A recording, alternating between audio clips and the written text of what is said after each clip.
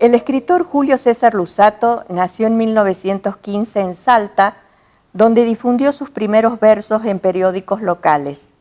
Luzzatto se estableció en Buenos Aires en 1949, participando activamente en el periodismo y en la vida literaria capitalina hasta su muerte, acaecida en el año 2000, como lo demuestra su poemario Güemes y otros cantares de 1964, premiado por el Fondo Nacional de las Artes. Con motivo del 4º centenario de la fundación de la ciudad de Salta, se editó aquí su obra poética completa, prontamente agotada, por lo cual la entonces Secretaría de Cultura de Salta reeditó en 2011 únicamente el corpus güemesiano, denominado Güemes.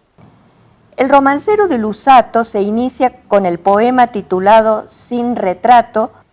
Generalmente, el poema inicial de una colección suele adquirir la característica de ser arte poética, porque establece claves de sentido del texto total. Tal es lo que acontece en Sin retrato, del que por ahora voy a leer la primera parte. Aquí donde el libro se abre, debió estar, como se impone, con el negror de sus barbas y el oro de sus galones. No está porque su figura entró con él a la noche. Partió sin dejar retrato, por lo cual no es menos prócer. Se descuidó de su luz, de su imán y de su porte.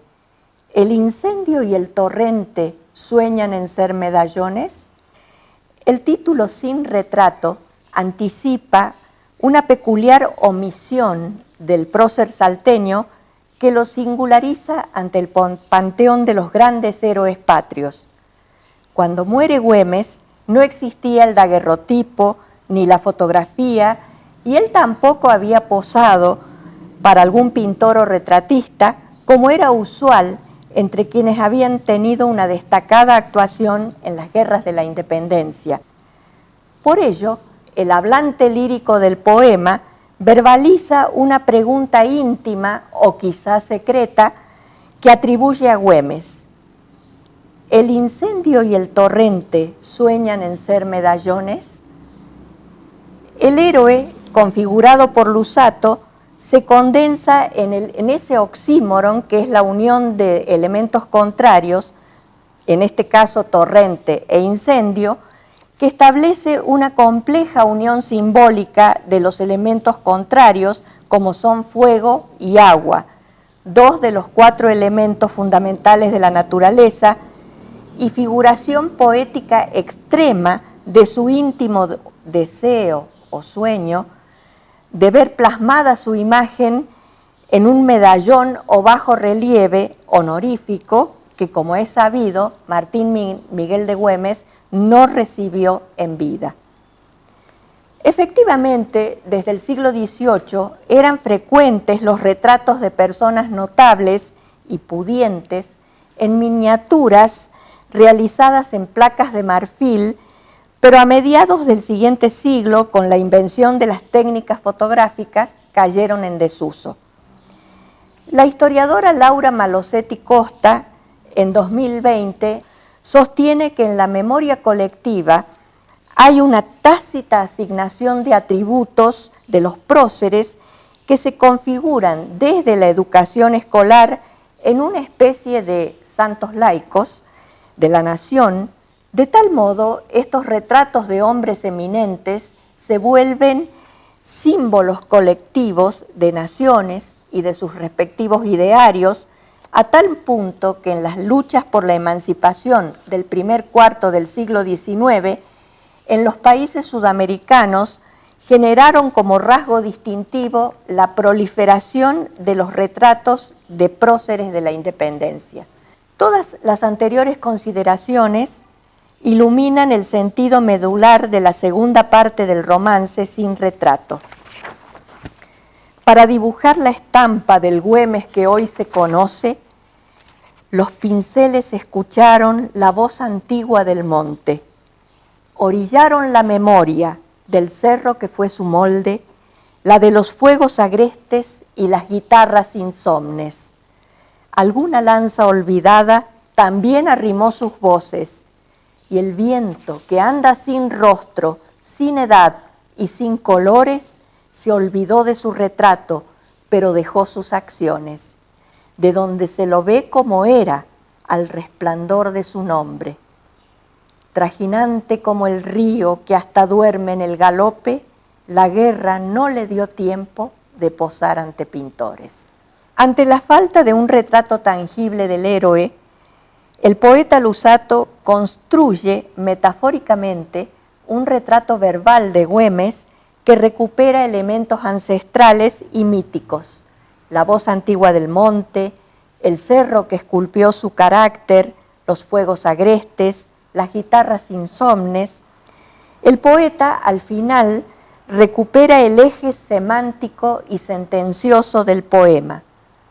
El héroe se olvidó de su retrato, pero dejó sus acciones, porque la guerra no le dio tiempo de posar ante pintores. Ante esta falta, entre comillas, es sabido que Güemes fue retratado post-mortem. Esta circunstancia excepcional demandó la intervención del historiador Atilio Cornejo y de Luis Güemes, nieto de Martín Miguel de Güemes, quienes tuvieron a su cargo la función de sancionar y validar una representación pictórica del héroe gaucho.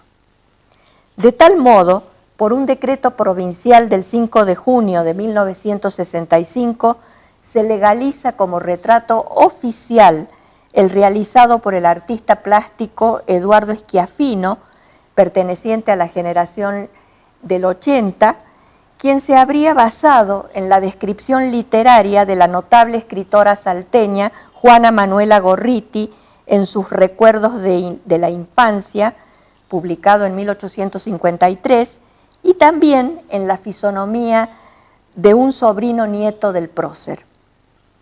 El escritor Alejandro Morandini sostiene que con el retrato de Güemes realizado por Schiaffino surge la necesidad de darle al héroe un carácter mítico. De tal modo, la figura de Güemes se difumina con el fondo y sus brazos cruzados otorgan realce vigoroso y además una atmósfera altamente sugestiva que confunde los límites corporales del héroe con el aire negro y espeso de un crimen que lo rodea. Además de esta creación pictórica que representa el retrato oficial del héroe, en tal sentido es interesante mencionar, entre otras manifestaciones, los retratos de Güemes compilados por el Museo de Bellas Artes de Salta en 2020 y la iconografía güemesiana reunida por el artista plástico y fotógrafo José de la Guardia Ponté, con la colaboración de Virginia Pastrana, directora del Museo Quinto de Caballería Infernales, quien compiló, restauró e imprimió 33 imágenes de Güemes creadas por la imaginería popular, muestra iconográfica güemesiana que se puede apreciar en el portal informativo de Salta y en la enciclopedia digital de Salta.